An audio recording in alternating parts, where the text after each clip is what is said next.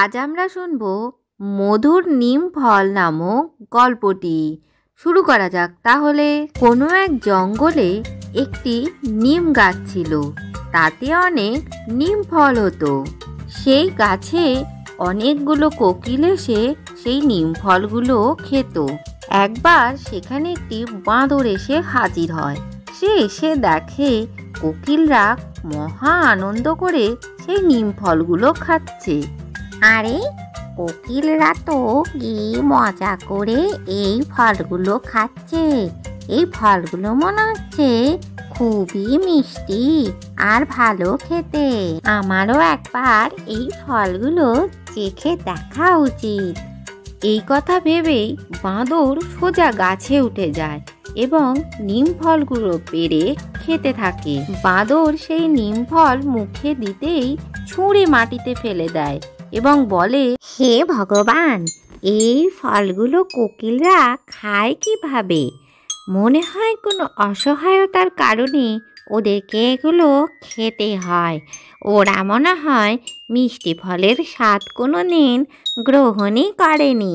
আরে মূর্খ কোকিলগুলো, মনে হচ্ছে এই জঙ্গলের মধ্যে আমি একমাত্র বুদ্ধিমান হওয়ার জন্য আমার অবশ্যই এই কোকিলদের বলা উচিত এই তেতো ফল না খাওয়ার জন্য।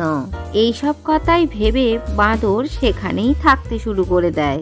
তখনই সেখানে কোকিলরা এসে যায় এবং বাঁদর তখন তাদেরকে বলে, আরে আমি তোমাদের জন্যই অপেক্ষা করছিলাম। তোমরা এই তেতো ফলটা খাও কি করে?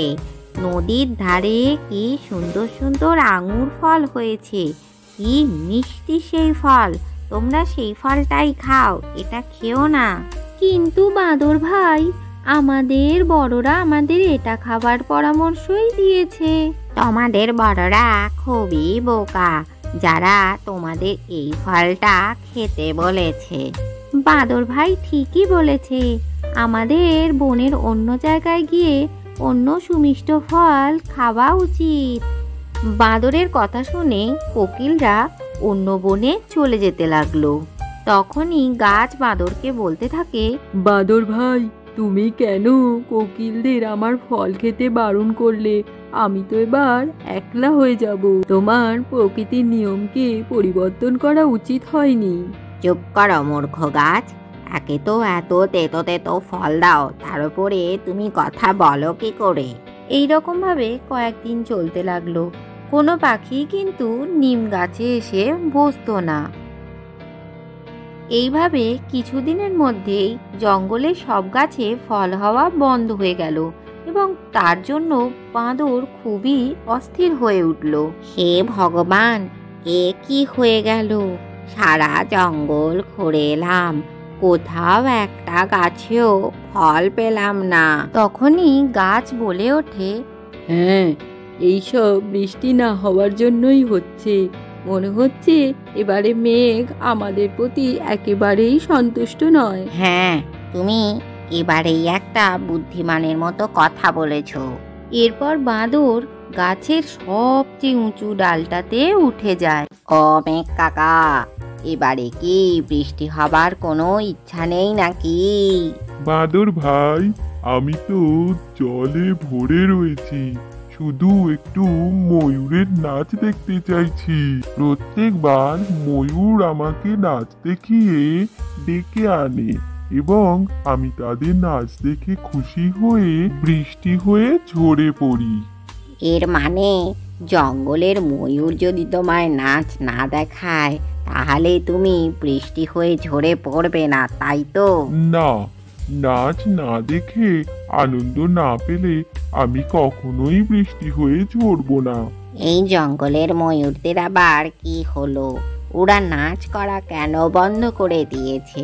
আমার ওদের সাথে গিয়ে কথা বলতে হবে। আমাদের নাচ করতে তো খুব ভালো লাগে, কিন্তু আমরা কোকিলের গান শুনে তার গানেই নাচি। কিন্তু কিছুদিন ধরে কোকিলরাও গান গাওয়া বন্ধ করে দিয়েছে। ওরাই তোমার সমস্যার সমাধান করতে পারে। ঠিক আছে, আমি গিয়ে কোকিলদের সাথেই কথা বলছি। বাদর ভাই, আমরা তোমার কথা শুনে ওই তেতো নিম ফল খাওয়া বন্ধ করে দিয়েছি। তারপর থেকে আমাদের গলা পুরোপুরি খারাপ হয়ে গেছে। আমাদের বড়দের কথা আমাদের মেনে চলা উচিত ছিল। আমাকে ক্ষমা করে দাও কোকিল বোন, আমার ভুল হয়ে গেছে। তোমাদের এরকম ভাবে বলা আমার একেবারেই উচিত হয়নি। আমাদের গাছের কাছে গিয়ে ক্ষমা চেয়ে নেওয়া উচিত, নইলে এই পুরো জঙ্গলই ধ্বংস হয়ে যাবে। তারপরে তারা সবাই মিলে এসে নিম গাছের কাছে ক্ষমা চাইতে লাগলো এবং কিছুদিনের মধ্যেই আবার সেখানে বৃষ্টি হতে শুরু হয়ে গেল। আজকের গল্প থেকে কি শিখলে বাচ্চারা? প্রকৃতির নিয়ম সবসময় মেনে চলা উচিত। ভিডিওটি ভালো লাগলে চ্যানেলটিকে লাইক ও শেয়ার করে সাবস্ক্রাইব করে দিও।